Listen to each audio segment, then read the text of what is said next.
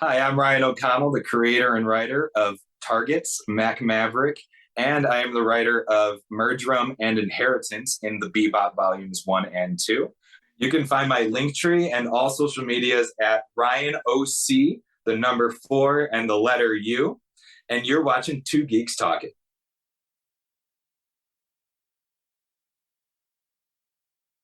Good morning, afternoon, evening, everyone. Two Geeks Talking is an entertainment industry interview show where we interview the creative people from the comic, film, TV, movie, and video game industries. Of course, I'm your host, Kurt Sasso. We are joined today by a new guest on the show.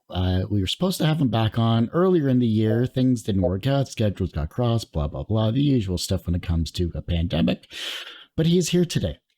We are joined with the creator of not one, not two, but 3 comics today, at least one part of an anthology and 2 separate comics. He has a comedic background as well, too, because I'm just going to stumble over words now because I edit all this stuff myself. We are joined today by the ever-talented Ryan O'Connell, creator of Targets and Mack Maverick. How are you doing today? Oh, I'm doing great. Thank you so much for getting me on, Kurt. I'm a big fan of the show. So I appreciate it. You're the only one that's actually said that's come on. So I think you're a great interviewer. I think there's a lot of stuff. Like comics interviews get very pluggy very quick. And I like that you actually kind of get into the surface, kind of some background stuff, some introspection, as you kind of said, pre-interview. Yeah. Well, it's something that I don't think a lot of people get to talk about. They usually talk, like you said, it's a plug type interview usually is what they're on, and they don't get to really dive into the artistic process or the writing process for that matter in your case. And it's just something that's kind of evolved over the years. But enough about me. You're already on the show. We'll talk about, of course, yourself as a creative person. For those that don't know anything about yourself as a creative person, tell us who you are and what you're bringing to Two Geeks Talking. Yeah, my name is Ryan O'Connell, and I'm the creator of Targets, Mack Maverick, and I have a story featured in the newest volume of the Bebop titled Murdrum. And I am a newer comic book writer, but I've been reading comics my entire life. I grew up learning to read on comic books, and everything I kind of do is getting me towards making more comic books. And yeah. Well, I mean, everyone has to start somewhere. That's the main thing about this, whether you're a comedian or whether you're in a comic writer, a new or veteran, you always start with a single page and a single word for that matter. Yeah, absolutely. And, I kind of started with that in school, actually. I kind of had the perfect kind of 1-2 punch of the best kind of teacher combo in 3rd grade and 4th grade. 3rd grade, I had a teacher who was kind of hands off, I'll say in the nicest terms. She would come in and kind of say, free reading all day. And I would be like, okay. And eventually I was kind of falling into comics at the same time. I had a grandfather who was a fan of old movie serials and kind of pulpy comics. Like he was reading The Spirit and The Shadow and Green Hornet and all that kind of stuff, and showing me those kind of old movie serials, like the Kirk Allen Superman, where it was so cheap where when he flew, he had to turn into an animated character, which I love so much. And I had an uncle at the same time who was into 80s and 90s comics. So kind of that hardcore metal, chains and all that kind of stuff. Yeah. So I kind of grew up with this kind of perfect meld of what I thought comics could be, very moralistic, but also super aesthetic. It's always kind of going for the most exaggerated, interesting image, but it has that kind of moral value underneath. I think that's what comics can really do. That's what it is, being a textual and a visual art form. So I was kind of falling into love with comics at the same time and kind of bored at school. And so I started getting those giant Where's Waldo books at the library and then drawing comics behind them. And I eventually did things where I was, making deals at lunch, exchanging some of my baked goods from my grandma for my friend's comic book characters' rights so I could do crossovers. I was always very nice because I was going to comic book conventions really early, thanks to a very supportive pair of parents. And I was asking these comic creators, like, what should I be doing? I want to make comics, all I want to do. And, there were some older creators who, there's the saying, comics break your heart. And some of these people I met had their heart broken. and they kind of instructed me to kind of take care of the people that I was always working with. And I think that's why I love collaboration in comics too. So I was making these comics in school, and I just kept going. And then I got into fourth grade, and then I had an extremely supportive teacher who would do amazing book clubs and stuff, but I could read whatever I wanted to. She would walk up and be like, "Oh, what you reading?" I'd be like, "Watchmen," and she'd be like, "Cool, okay." I hope it's good for you, a fourth grader. And I had these journals that I had to do in class, and I would fill the back with comic books and try and still do my journals in a loose form. And I didn't know I was still doing my journals, and she was letting me do that. So I also substitute teach when I'm not doing comic book stuff. And I think that's just because I think amazing teachers and not so amazing teachers form people, creative people especially, I think, and hyperactive creative people like myself. It's amazing, especially in a young life, when you have just one teacher to inspire you down, whatever creative path it may be. I mean, even those that just take the time, and I grew up in the 80s and 90s for school. So that's a completely different time than today's schooling.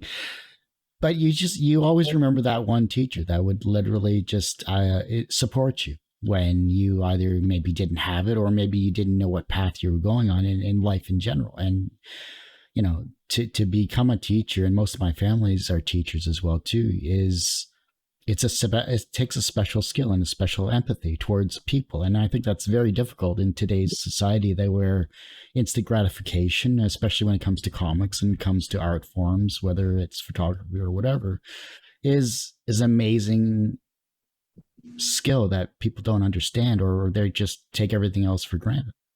Yeah, I absolutely agree. And honestly, that's why I just substitute teach, because I put teachers on such a high pedestal, especially the ones that commit as hard as they do. There's some really messed up prerequisites for being a teacher now that they're aware of walking into a building, right?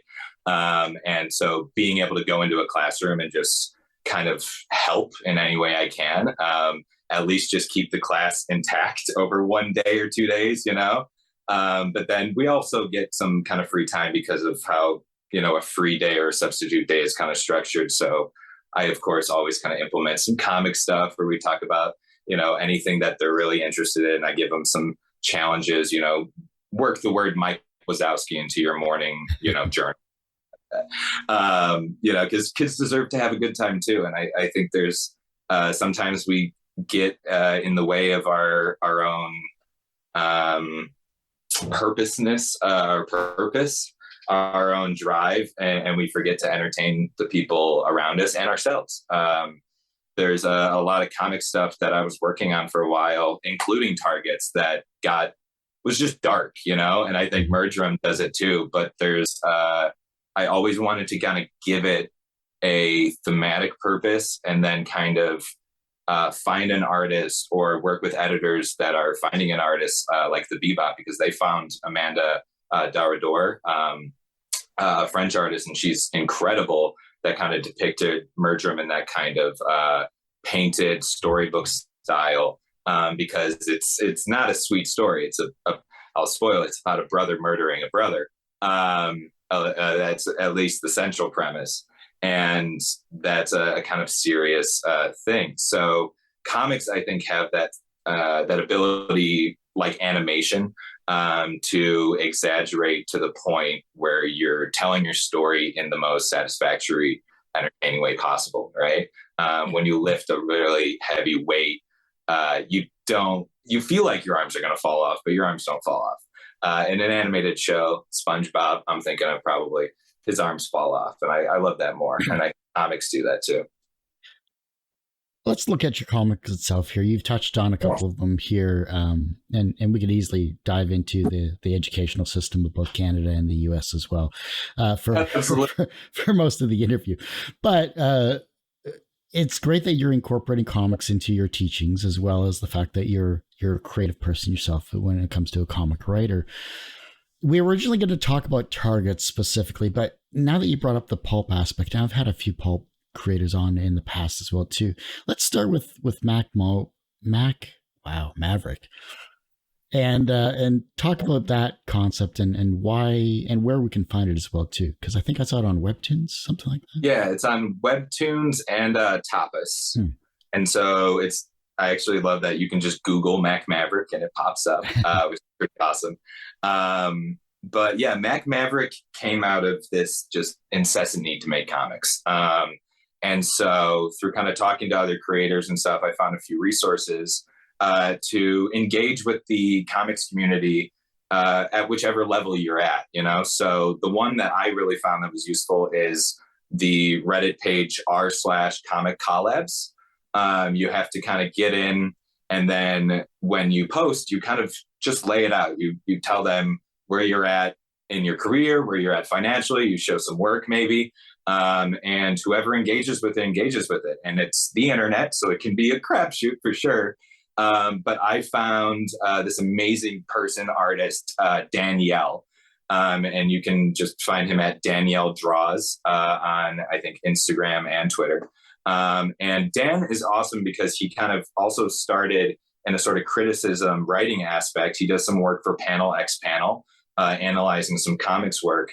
And so he also had a love for not only like pulpy comics, but serialized newspaper comics, which I really love. So I got, I'll just grab them right now. What a plug. The Superman Sunday strip, which I found at like a really cheap half-price books, gorgeous. And all those, Dick Tracy. And my grandfather was a huge fan of a serialized strip called Smilin' Jack. And Smilin' Jack was sort of an offshoot, Terry and the Pirate's Adventurer kind of thing. He was a pilot, and he went on all sorts of different adventures, right? And I never really read Smilin' Jack, but I knew Smilin' Jack through my grandfather, through my papa. He would sign cards as Smilin' Jack. And so when he passed away a few years ago, there was kind of this thing where all of his stories that he was telling were descending. And I just kind of wanted to catch as many as I can for my family. And at the same time, I was finishing college. I was getting this kind of this vague media studies degree where I was just eating genre stuff as much as I could. And I needed to make something out of it that I wanted. And so I kind of found this melding of Indiana Jones and Up through my grandfather, through my love of genre and pulp and newspaper, and through what Dan was looking to do, which was grow his art style and do something where he was on deadline and creating a newspaper style comic strip that was releasing 3 times a week, 3 to 4 panels. So we were trying to do an entire arc. So we kind of went into a hole and developed this kind of character, looking at all these sort of instantly iconic characters. That's what Mack Maverick is sort of kind of be a like faux iconic sort of character. So Mack Maverick has lived an entire life. I always kind of love those stories that almost feel like the series finale of a TV show or an entire series that started. I think Back to the Future is like just like that. Where there's this entire relationship, there's all these adventures that these this older man and teen boy went on, before they invented time travel. Yeah. And so Mack Maverick kind of picks up after all of that, when he's in a assisted living facility called Happy Trails Living Home, and he has a sort of distance relationship with his entire family. This is also kind of incorporating my relationship with my other grandfather, who is past 90 and has onset dementia. And so he is definitely retained by his past and his connection to his past. And so he is a World War II veteran and all this kind of stuff. Oh, sorry, a Korean veteran. And so I kind of wanted to kind of do an homage to both of my grandfathers through this way and tell an interesting story that I thought with elderly characters, which I thought aren't usually the heroes of the story. And I also wanted to incorporate some things that we didn't see in other pulp stories. So Mack Maverick has a grandson, Jack Maverick, which are also two of my cousins, just more family homages, Jack and Mack.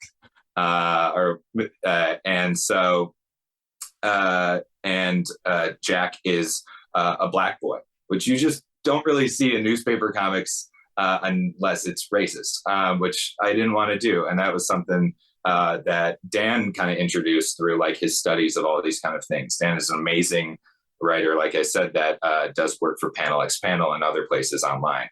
And so Mack Maverick was kind of designed to just have me and Dan make comic books, just keep pushing and finish a story at first. So our first story, Mack Maverick Flies Again, was, I think, almost 20 parts, and then ended with a full-page newspaper style, which I bought from Dan, and it is my first ever piece of original art that I own, which I love just so much. And we're now halfway through our next arc, which is called Mack Maverick and the City of Stolen Stuff, which is kind of a riff on, all the criticisms thrown at these adventurer types who kind of just plunder cities that are still inhabited sometimes, not just lost or deserted. And so there's kind of a generational conflict that happens between Jack and Mack, which I think is kind of interesting. And in the way that those kind of characters progress and the story kind of progresses, me and Dan's creative relationship has changed too. So I started by writing out all of Mack Maverick Flies Again, just in a full script form. And now we're actually working in that original kind of Stan Lee, Jack Kirby, Marvel style. So it's where I wrote a plot. Well, I wrote a plot, not for a whole issue per page, but I wrote about a paragraph per strip or per page that we're doing now. So we're just doing a full page like on Webtoons. And then Dan would send me thumbnails. We'd go back a little forth. He would do some kind of temp dialogue, which I sometimes use and incorporate in the story. And then I would do a final like dialogue pass, and he would do the pencils and inks. So it's this very collaborative, very like, my favorite thing about Mack Maverick is that it kind of started from nothing, and we're just kind of throwing clay at it and molding at it as we go, and so, the story isn't always 100% as tight as it could be. And, I definitely know that Dan has to work very, very hard to get these pages and these strips done. And I'm so thankful. And so we kind of give it that extra time because we have no editors or, publishers on our back.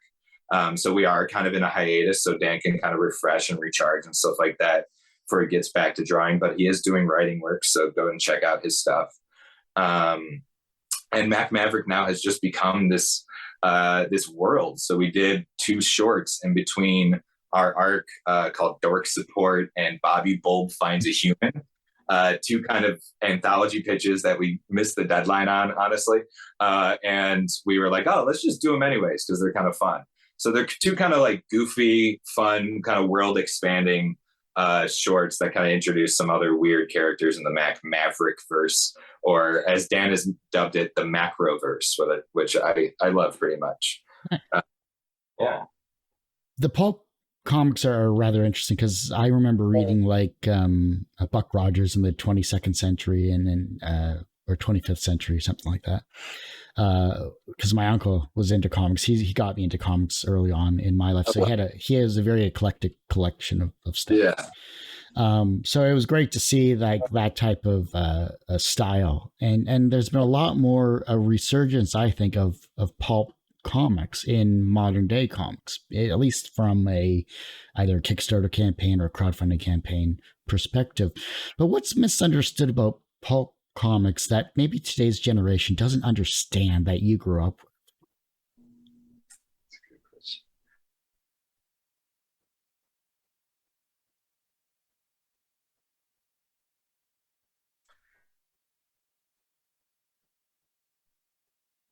So I think something really important to remember about pulp comics is newspaper comic style pulp comics, especially that my grandfather is introducing me to, is that these guys were churning this out every week. We're at Webtoons on Mack Maverick, so we kind of have time to just kind of go in the back, work on our stuff, and when the arc is far enough along or completely finished, we start releasing. These artists, usually it was one person, and they were turning around several strips every week.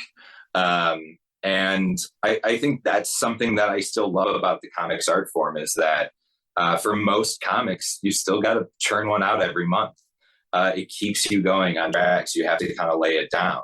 That kind of also leans into a lot of stuff where there's some messy mistakes in comics. And I think there's some messy mistakes in pulp. And that's why you find a lot of stuff there outside of just internalized stuff and generational stuff. But, in pulp comics, it was really just seen as quick entertainment. And I think that's something that is kind of looked down on now in comic books is, I still call them funny pages. I love doing that, funny books. I give comic books to anyone who asks, but I never act like they're sacred. I think that's kind of one of the most interesting parts about it, is that you can pick up sometimes a comic for still 75 cents. It won't be a new comic, but it'll be new to you. And you can leave it on a park bench and then someone else will pick it up. And, I think that's always the argument of, where do you get people into comics and all that kind of stuff. My first issue of Wolverine was like 276 or something like that. And it wanted me to go to 277 and 275, right? But then my first ongoing comics that I all jumped into was the Heroic Age for Marvel. And that was because it was the first time there was a true relaunch that I felt I could jump into. So I think the other thing with comics is that they should be accessible. Mack Maverick, I always tried to write it in a way that it's that 3 panels that you get every week is its own little story, but it's also continuing the story to make it go forward and following up on the cliffhanger that it ended on last week. So I had, kind of a satisfaction bit and a cliffhanger every kind of week in 3 or 4 panels. And I thought, wow, this is so cool, because this is what they had to do, at the same time in 30s, 40s, 20s, all the way back. Something I love about comics is that it is, while it's super worldwide, so much of comics is like an American art form as well. And so I did kind of incorporate that kind of stuff through my grandfather's love of Americana and all these kind of 50s aesthetics and all that kind of stuff as well. It's amazing. Like this particular comic kind of refreshes the archaeologist motif. And I think it's something that is, it well through Indiana Jones, and the fact that they're making a fifth or sixth film right now, which is almost done wrapping up as far as I can recall, is fascinating.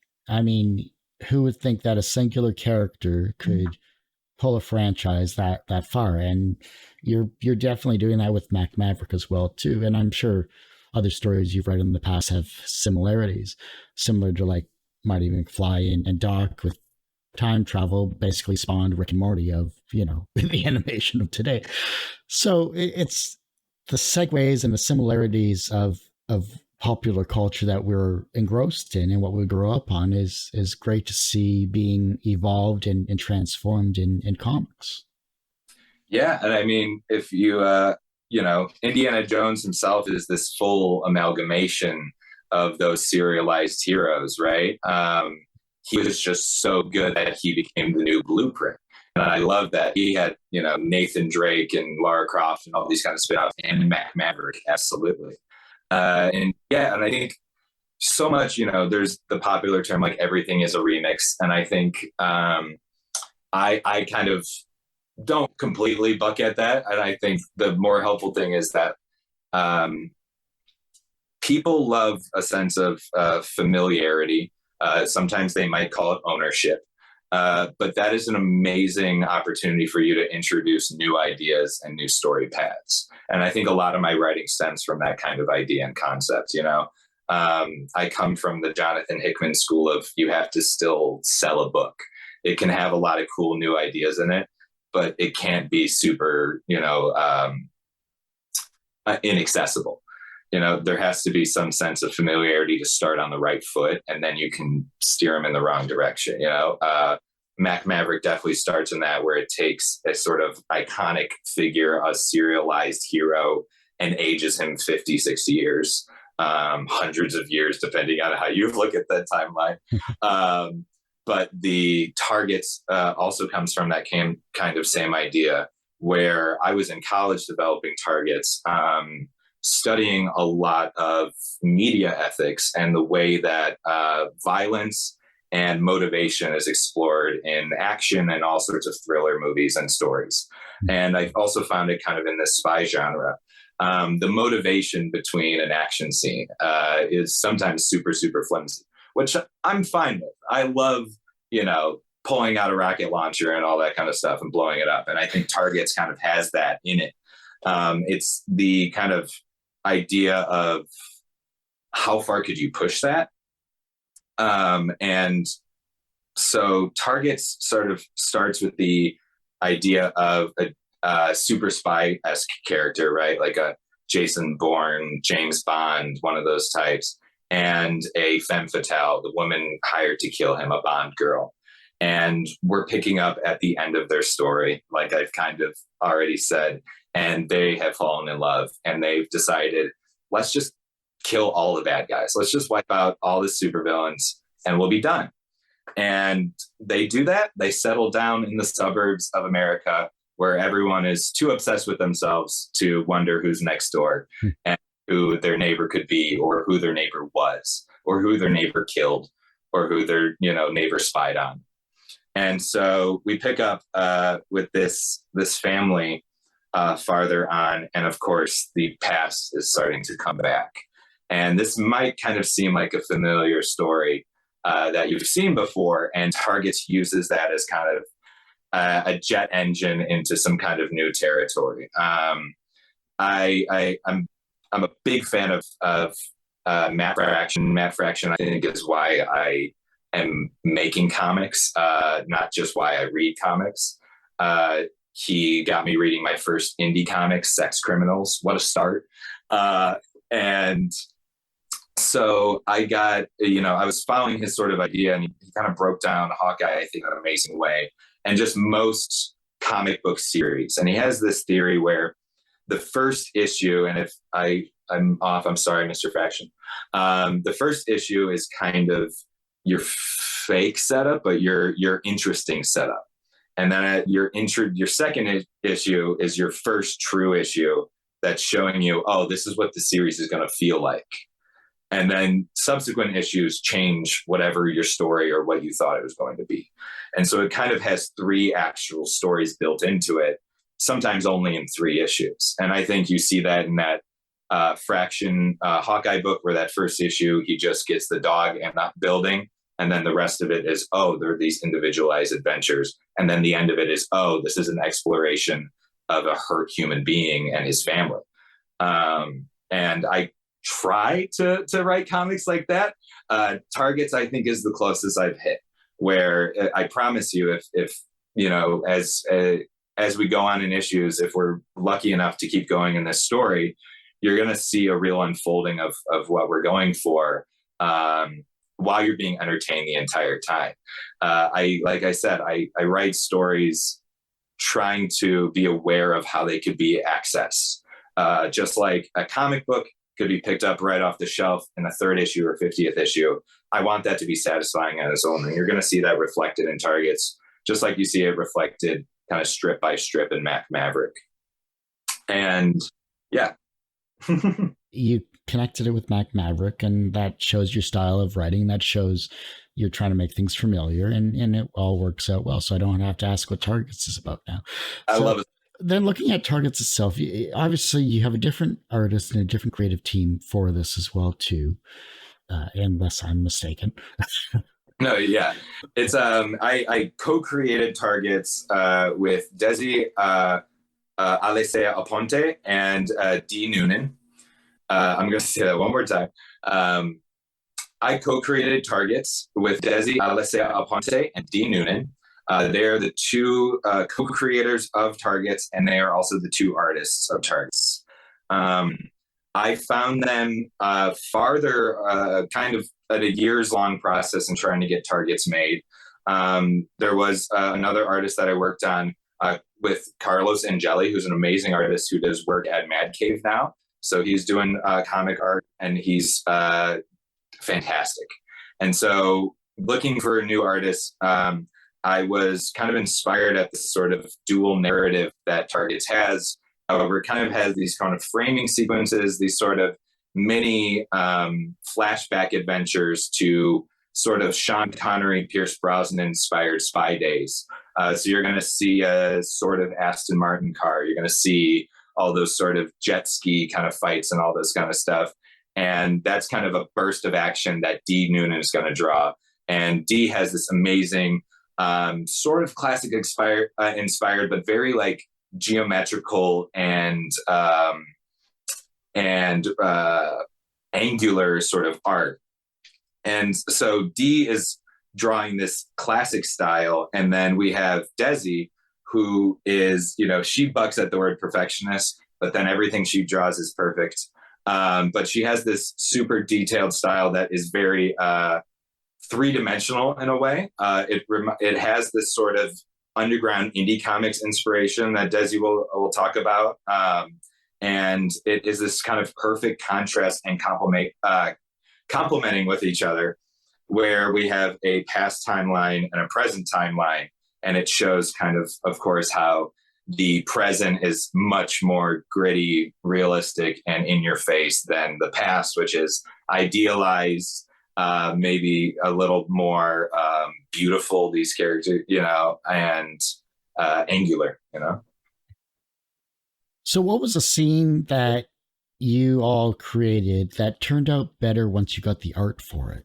The best part was there was a opportunity, because I had a couple scripts finished already when Desi and D came on, and looking back at it and looking at their art, I was like, oh no, I gotta change this, because there's just things that these artists do so well, and then there are things that I know I want to put in the story, and then I kind of gotta put that together, right? So Desi draws these super intricate kind of almost every kind of panel and page is a splash, right?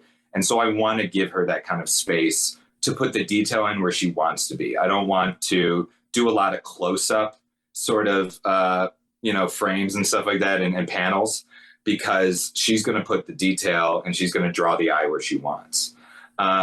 D is also one where she kind of is always reevaluating that kind of page construction to kind of give it even more of that kind of classic neo-pop. Like, she did one, the actual first page that I kind of set up as like a Superman motif originally. Like, this is your hero. And it was like just the bow tie with the chest. So that's the original version. And then D turned it into pretty much the opening title credit from a James Bond movie, which is like incredible. And it uses the entire scene in a much more visceral way. And so both of those artists are bringing their strengths to it. And that's also because I grew up knowing I wanted to write comics because I knew how good comic artists were. I was bowing at their feet from when I was born, and I got rid of my drawing ability as quick as I could once I knew I could work with an artist. And I was studying a lot of comic book styles. Something I love about comic book writing and comic books in general is that there are really no rules as long as it works, right? So comic book scripts, if you look them up online, there's tons of available online if you're looking for that.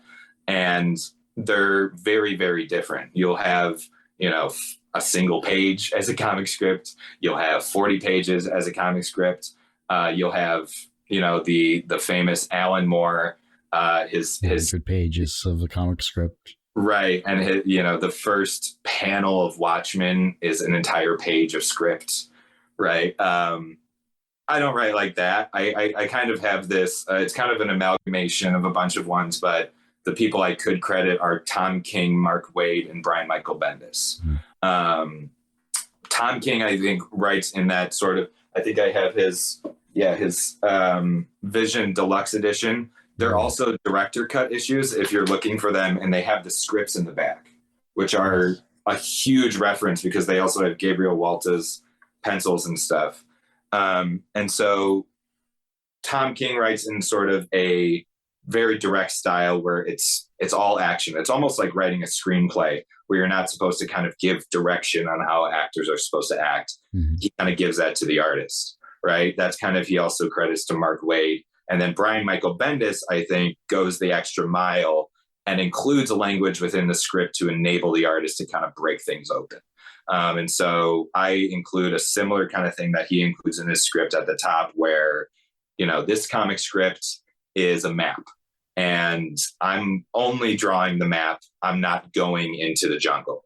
If you find out there's a quicker path through the jungle, please do it because I'm sending you into a jungle. You know, comic book art is excavation. It's creation. It's incredible. And so I really trust my artists to kind of go the extra mile where they want to and don't expect the artist to break themselves over tiny things that not even I would notice. And I think that is, you know, kind of just designed to keep making comics too. It also keeps yourself fresh too. You're not struggling with a creative process, especially in a collaboration where you have to spell everything out. You have two other talented minds that understand the artistic side of making a comic book to fit your overall goal, which is to, you know, put forth an amazing comic series.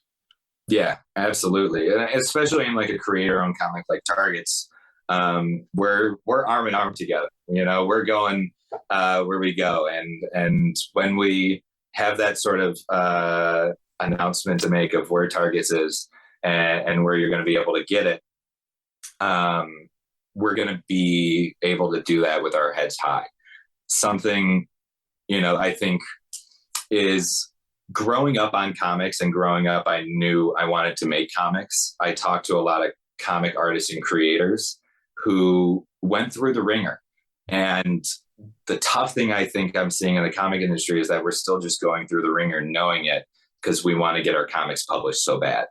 And I think, you know, the onus is on publishers, of course, to be better to their creators. And it's on the onus as us as well to create the work that we want in the best way as well. I don't believe something good made in a bad way is still fully good.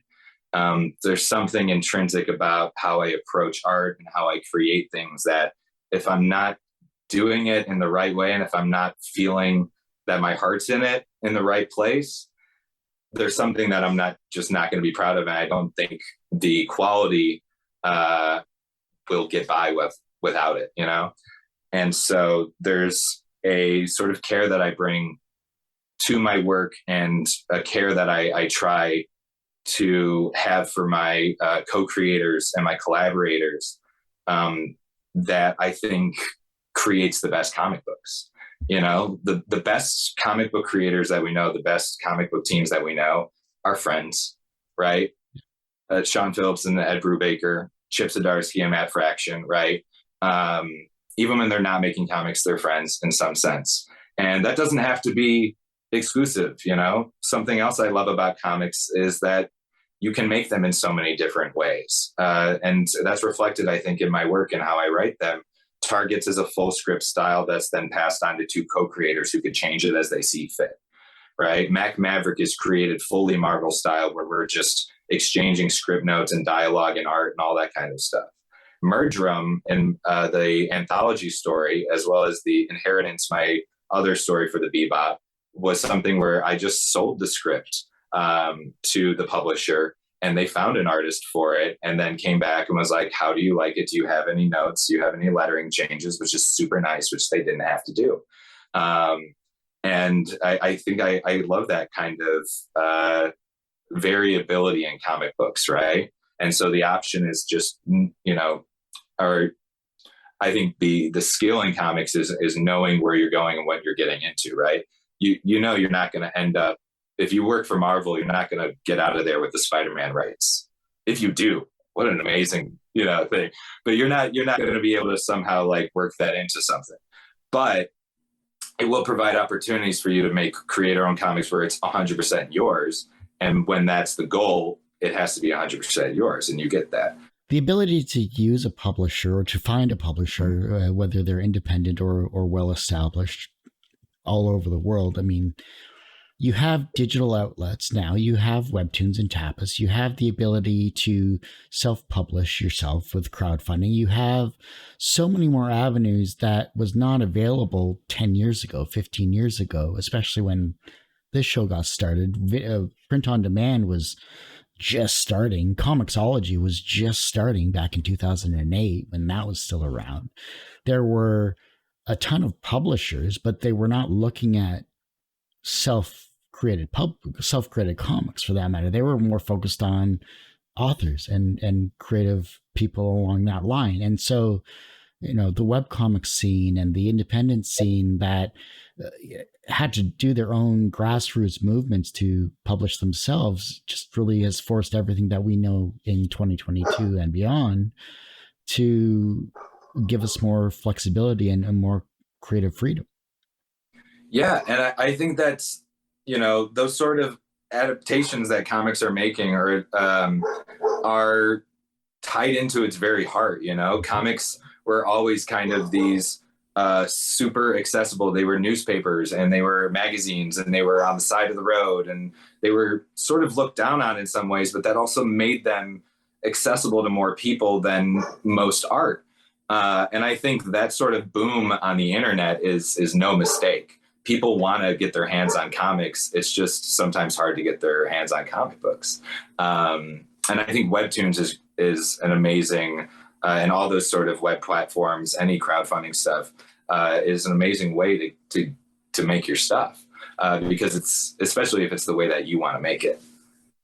Well, and that's your freedom to do it. You have the freedom to do tiers and to promote yourself on social media, and then that's something that is more vital than ever, especially with the social media platforms. We could have another hour just talking about that alone, and how the algorithm is shitty to creative people if it's not art. Cute dog, by the way. I'm sorry. Yeah, he is like like the two kids in a trench. Oh my gosh, he's saying the word woof. Okay. His name's Butters, which is perfect. So, oh gosh. I'm sorry. What was your question? Darn it, Butters! I'm on a podcast. Literally. I had my horrible South Park impression. You said early on in life you went to comic book conventions, and I think that's truly the epitome of getting your geek card. Going to a comic book convention in that regard. What was the second wisest piece of advice that you received from a comic book creator that you admired that has stuck with you in your creative journey? Trying to think of a good one. I mean, it's so easy to just pull out a Chris Claremont one because he's just so fun to talk to. I'm trying not to do the super basic just make comics thing, because a lot of them just do the just make comics thing. Yeah. Which is it's pretty much how you do it, right? You just start, but a lot of people just go, well, how do I start? And so the Reddit one was a really good plug. I think I got that from a comic creator. Oh man, I wish I remembered who I got that from. The stuff that I really appreciated hearing comic creators talk about at comic conventions was the stuff I never saw on the page. A lot of this comes from what we would call like mainstream writers and artists. But I just want to really iterate how hard these creators are working for you as fans. And if you have some sort of huge ship or some idea or something like that, just know that most creators are working for that, or they want some sort of satisfying resolution to that idea. The best plug I can give is Teenie Howard and her work on the Betsy Braddock, Rachel Summers relationship. I heard about that C2E2s ago, because they were like, yeah, they're obviously in a relationship. Everyone's like, obviously, they're these two mutants, they're in love, and they've tried to write this and they've tried to put it in. And there's a lot of things about changing immovable objects, right? Or IP, as we might refer to them as. And so I think there's a lot of creators that are working for their fans and that are working to tell the best stories possible. And because of how comics are made and because of how entertainment is made and how art is made, sometimes that always doesn't get reflected on the page. I also believe, with a huge caveat, that the art stands for itself too, right? That you always can't give an entire preface on something and why it doesn't have something or why it turned out the way it did. I think there is levels of understanding, and that's what we should be trying to do and research the stuff that we're interested in. Kind of segues into a question I have here. What is a social stigma in comics that society needs to just get over? I think the comics industry, and because of it, the comics creator stories and all that are super white fronted, and they don't need to be, shouldn't be. I am a personal example. I think Targets is a personal example, and I will share this example because I think more creators should go into this sort of work and don't avoid this. Targets I wrote on its own before I met Desi and Dee. I wrote Targets taking place in the suburbs of the Midwest in the early 2000s as predominantly white, as what I thought was a point on whiteness and how it's sheltered and protected and stuff. There's definitely still that angle in Targets. But when I was talking to Desi and Dee and they were going through it, Desi was kind of like, hey, let me just give you a rundown of how I imagine all these people in my head. And she said Cherry, the co-lead of the book, right? The femme fatale turned housewife, she said she's Latinx. I'm reading this book and she's Latina. And therefore her kids are mixed race. And, without being super dramatic, I was propelled out of my body because I was like, you just made this story 200 to 2000% better. That's not something, through my own perspective and through my own whiteness, I would have seen, because I thought I was making enough of a point by excluding other people. And so, that's what when Desi and Dee enter the thing, when I bring in, two women creators who are from different viewpoints of my own, they bring those viewpoints to the book and they make it better. And I really encourage other creators to just do that, to explore outside of your own mind and really try to buck that authorship idea, because you're going to make something better together. And I think all of my favorite art is the art that you can tell is made by more than one person. Top Gun Maverick, that's a plug right there. You cannot, Tom Cruise didn't fly every plane, but you definitely know he didn't shoot that whole movie himself, and those sort of bigger movies that don't feel as single tone or single voice are the ones that we keep going back to, because there's other stuff in there, because there's other people putting that attention to detail in there. And so I think that's what comics have intrinsically through this collaborative sort of setup. But I think it's something we need to push for more outside of our own comfort zones and our own surroundings, our own backgrounds.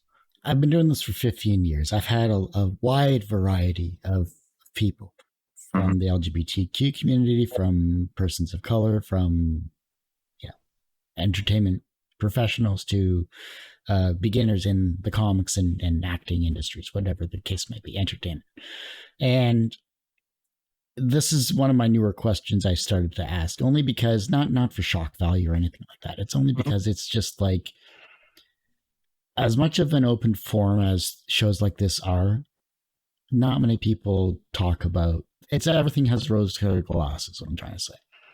And I really find that, we need to peel back the curtain. We need to look at,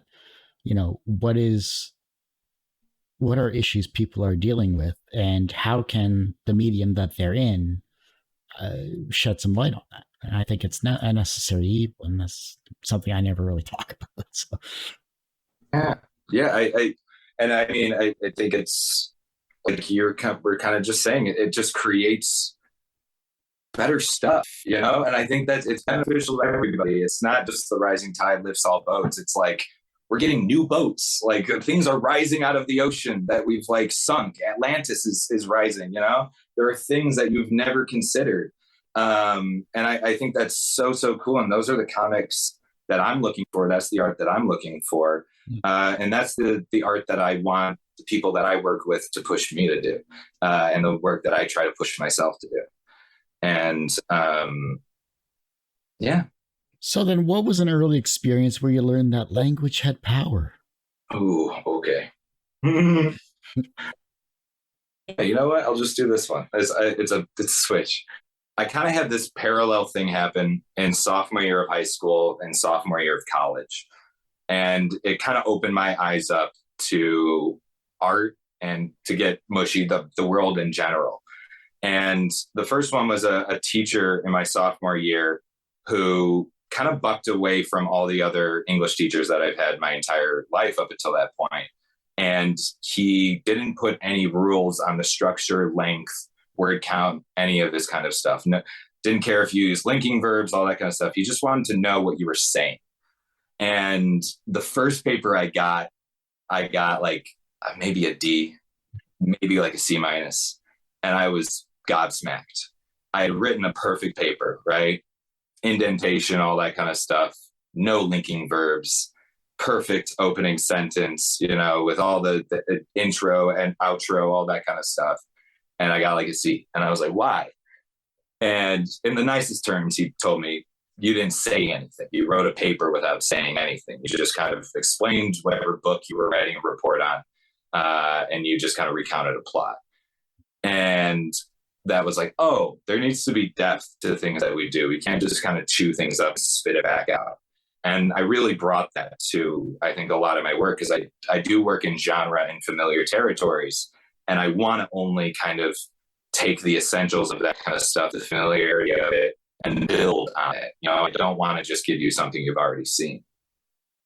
And then sophomore year of college, I got back from working at Disney World, all hail the great mouse. And I just kind of wanted to throw myself into different stuff. And so I started doing stand-up comedy. And I was just trying to do open mics, all that, going every night. And then I was writing, kind of trying to do new comics. This is where I started writing targets for the first time. At the same time, I was taking two courses. One was an aesthetics of film course, taught by a very intense teacher. And then the other one was a theater of the Holocaust class, which was taught by the head of a theatrical Holocaust Remembrance Society, who was traveling into Chicago every week. It was something I did for a credit. I didn't know what I was, signing myself up for, and it was the best academic course I've ever taken. If you're at DePaul and it's still a thing, take the course. And it really, the seriousness of the subject of the Holocaust, of the Shoah, and then implementing the idea of it's a theatrical approach to it, or sometimes we looked at film as well. It made you deal with the most delicate hands, but you had to approach it in the most visceral, intentional way. And intention is the most operative word in this. And this is, I think, the thing that I try to focus on the most in my work, is that I am intentional in it, and that I'm not, always, I even when I am doing something like Mack Maverick, where it's something that's always changing and adaptive, that's the intention behind the story. I'm not trying to throw that, midway through on something that I've already started on, like targets. And intention in the work and kind of through these courses, you had to depict or display things in the most respectful way possible. And if you were not, you had to be intentional about it, and you had to know why. And so because it was, I think one of the most important subjects in academia, there should be just a course for everyone. that should be a requirement in genocide and Holocaust and all that. And because it does make you think of intention in a whole different way, not in a, in just a humanistic way, right? In a psychological way, how a person could get driven to something or have to endure something, right? But also bringing that to just everything else you're trying to do in your work or hopefully your life. You're doing it on purpose. And that's when my art changed. And that's when everything I was doing changed, was when I started doing everything on purpose, not just because I wanted to get this expression out. That's how you start in art, I think, is you have this feeling that you have to just like put somewhere. And whatever you're most familiar with, comic books for me, that's probably what you start with. And then hopefully you then get to the process where you're like, oh, I'm making something that someone could read and get a story out of. And I got that in my first story I ever did as a fully produced story. It's called Trains. It was with art by Casey Quevedo and Melinda Timpone and letters by Letter Squids. And it was a 5-page story that I did again around when my grandfather passed. And the setup is that it is a kid who loves trains, and his family's like, why is he so obsessed with trains? And he connects with his grandfather on the couch. They're watching the Great Train Robbery. And they're like, oh, this is cute. Like the grandfather and the grandson both love trains, and that's awesome. And then the grandfather, sneaks him out of the house, and he's like, you want to go see something? He's got 2 train tickets. And you're like, oh, that's so cute. And then they rob the train. And the idea is that, there's these connections between people and art, or 2 people and their art, or hundreds of thousands of people, thanks to the internet and their art, with these communities that people from the outside don't completely understand. You have to be in it to understand it. And I think there's like a special relationship you can have in that. And so, when I put that story out, I had some people come to me, and it was really flattering, where they were like, I'm sorry if this is taking away from your relationship with your grandfather, because I did kind of release it as a tribute comic. And they were like, I kind of feel like it's about me and my grandfather, because we had this thing that we did together. And I was like, you connected with my writing, which is the best thing that could ever happen to somebody. And so, the thing that I really, really encourage other people to do is try to meet people who will read your stuff. Go to libraries. Librarians love local writers and artists and stuff. Show them your stuff. I had, I'll plug my local library, Plainfield Area Public Library, invited me to their family fandom fest. And it was the best Comic-Con I've ever attended. It was just kids in costumes, checking out your stuff, giving out, I was giving out kind of loose free sketches. And, there's entire communities out there that will connect with you and your art on a really deep, deep way that you won't expect. And libraries rule. Go libraries. My grandfather, since you brought up trains, and I'll bring this story up. My grandfather passed a couple of months ago, but sorry.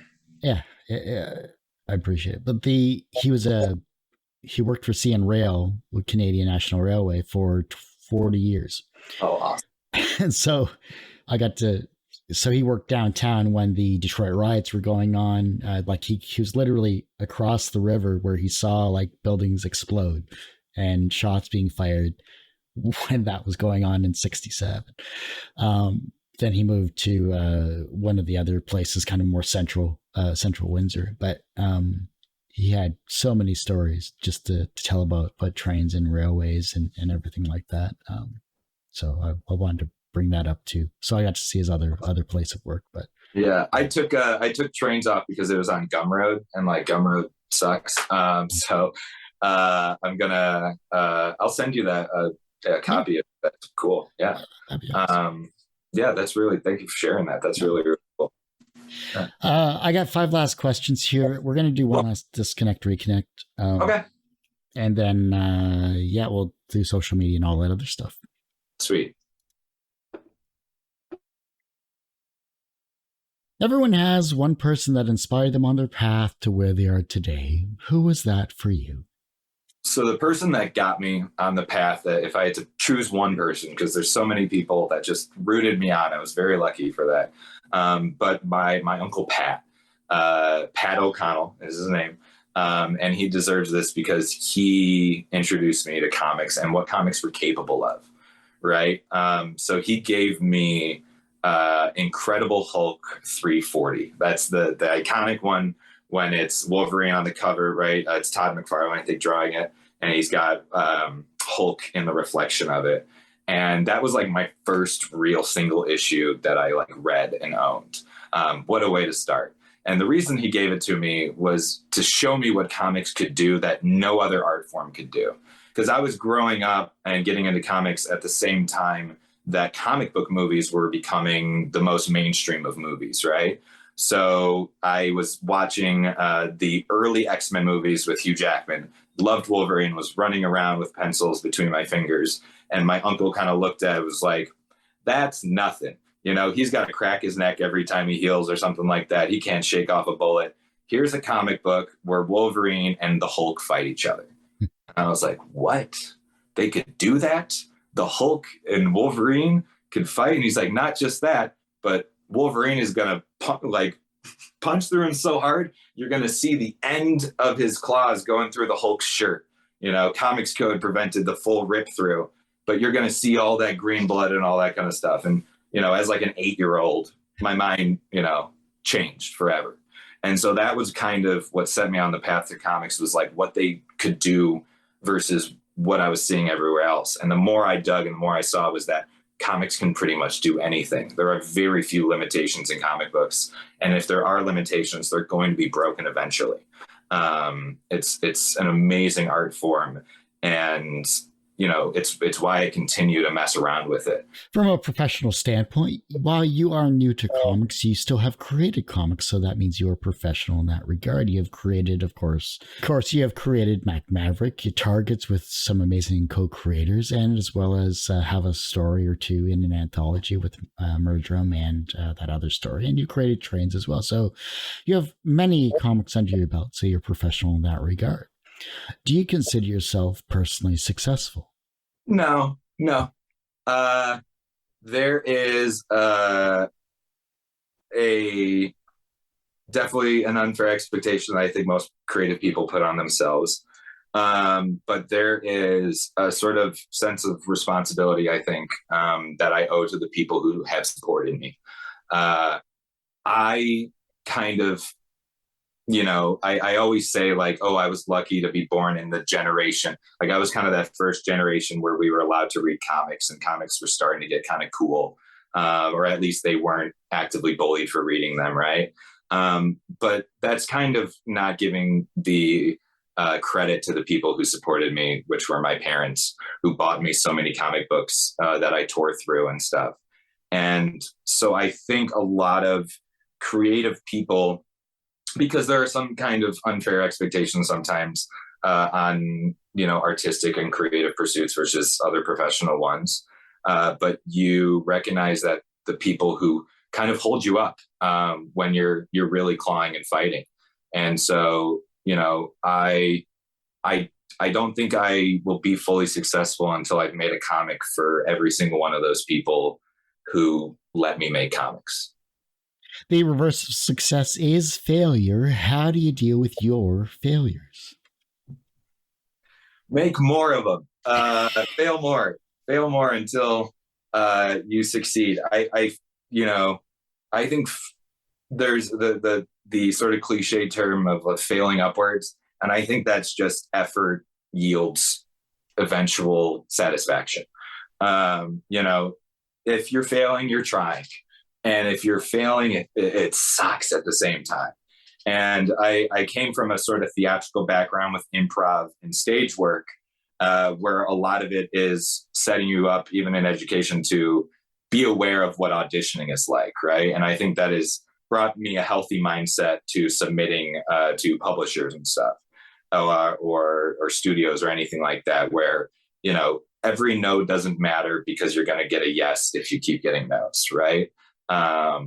It is a perseverance thing, and it is the easiest thing to talk about and the hardest thing to do. The younger generation is looking at your work and they're becoming inspired to be creative in their own way, whether it's maybe as a comedian or a comic writer or a creative person in some way, shape, or form. You're inspiring them down whatever path they may go. How can they inspire the generation that follows them? I think the number one thing that this more welcoming generation, I think my younger brothers are part of, is to hold on to a sort of changing, this acceptance that reality is constantly changing. I think it's something that is hard because of the scenarios that have made reality change so quickly over the past few years. But now there's sort of an adaptability that people are having that we didn't have for a long time, right? The pandemic hit for so long because we weren't ready for it and we didn't talk about it, right? And I think the younger generations now have like grown up through it. My brothers graduated through it or going through college through it. And so I really, really hope that those kids and everybody just stay that welcoming. I taught during the pandemic, I taught a set of online courses for homeschooled children through a nonprofit. And the number one thing that I always stressed was like, engage as much as you want. They could turn their camera off. They could mute the mic. They could change their name. I would refer to them as, whatever they would like to be. And I think that prompted the most interaction out of the course that I could possibly get. And, that's an academic kind of situation and a social situation. Do that same sort of stuff. Open yourself up to your changing situations and changing environments. And if things aren't changing, change yourself up a little bit. Don't change yourself. The joy of these, open-ended questions is you can get on different trains of thoughts, and it is what it is. Cool. If your life was a comic book, what would its title be? And what would its soundtrack be? Ooh. So I'm a big fan of the Stanley approach of titling things alliterative or something like that. I have this Fantastic Four, like old Treasuring one, where it says the Fabulous Fantastic Four, which I wish they kept so bad. So I would like to kind of keep something like that. Mack Maverick, I guess you can tell. But I guess if you say my beginning of my name really quick, it's Rhino, right? So Rhino might be a kind of fun one. And the soundtrack would be, oh man. Okay. I've been listening to a lot of like Baz Luhrmann music, not just Baz Luhrmann musicals, but the music that Baz Luhrmann made. I don't know if you've listened to any of that, but That's what I recall. It's bonkers. There's like one song that's just like positive affirmations. And so it's like to synth. Super, super weird. I would kind of want to make Rhino a sort of genre bending, weird kind of thing and pack as much as I could into it. Cause I don't feel like I have been able to pin in to anything fully on my own life yet. So I think there's a whole lot to still kind of do and synthesize and stuff. And I think a comic series is perfect for that, different issues and stuff. And Baz Luhrmann music, which is absolutely bonkers, it would be perfect for it. That's something I'm going to have to look up on YouTube when we're done. Yeah, look up Baz. It's great. Well, I do hate to say it, but that ends this particular episode of Two Geeks Talking. Ryan, I want to thank you so much for coming on the show. Thank you so much for having me. I had a blast. Like I always already said, the coolest thing about comics is that there are always comic fans looking to connect with each other. So thank you for going out of your way to do that. I love talking about comics, and I really hope people read more comics, not even my own. Before I let you go, where can we find you? How can we support you? And of course, where can we find all of your works on the internet? So you can find me. Oh, there's an awesome link that you made, which is great. I have a link tree at the bottom, which is linktree-RyanOC for you. That's also all my social media. So you'll find me at Twitter and Instagram and all that kind of stuff as well. Murdrum is part of the Bebop Volume 2, which is on pre-order now. If you go to birdseyecomics.com. And Mack Maverick is midway through its second arc. It's available on Webtoons and Tapas. If you just Google Mack Maverick, you can find it, which is really, really great. And Targets is coming to, but we're going to have an announcement of where Targets is going to be and how you're going to be able to get your hands on it. And it's sooner than you think, which is really, really awesome. So thank you so much for having me. I also really, really implore you to find all of my co-creators. Amanda Dorador is on Instagram at her name. And Danielle Draws is on Instagram and Twitter. D Noonan is at D Noonan Draws at twitter.com, and Desi Draws Things is Desi Alicea-Aponte. So follow all of them because they post art, which honestly is super, super cool. And I'll post weird memes sometimes. That ends this particular episode of Two Geeks Talking. You can, of course, find this interview and 1,000+ others literally on our website, tgtmedia.com or twogeekstalking.com. That's the word two, not the number two. And, of course, on our YouTube channel, which is a lot more updated than our website because that's really all I really post to these days, which is youtube.com/TGTmedia. And our Patreon, help support the channel. It's been on for 15 years. Do go the lowest tier, really doesn't matter, but whatever you support, I do greatly appreciate it, which is patreon.com/TGTmedia. And as I say every week, everyone has a story to tell. It's up to me to help bring that out. Thanks for listening and watching on Two Geeks Talking. That's awesome. Support your local comic shop. Nice. Yeah.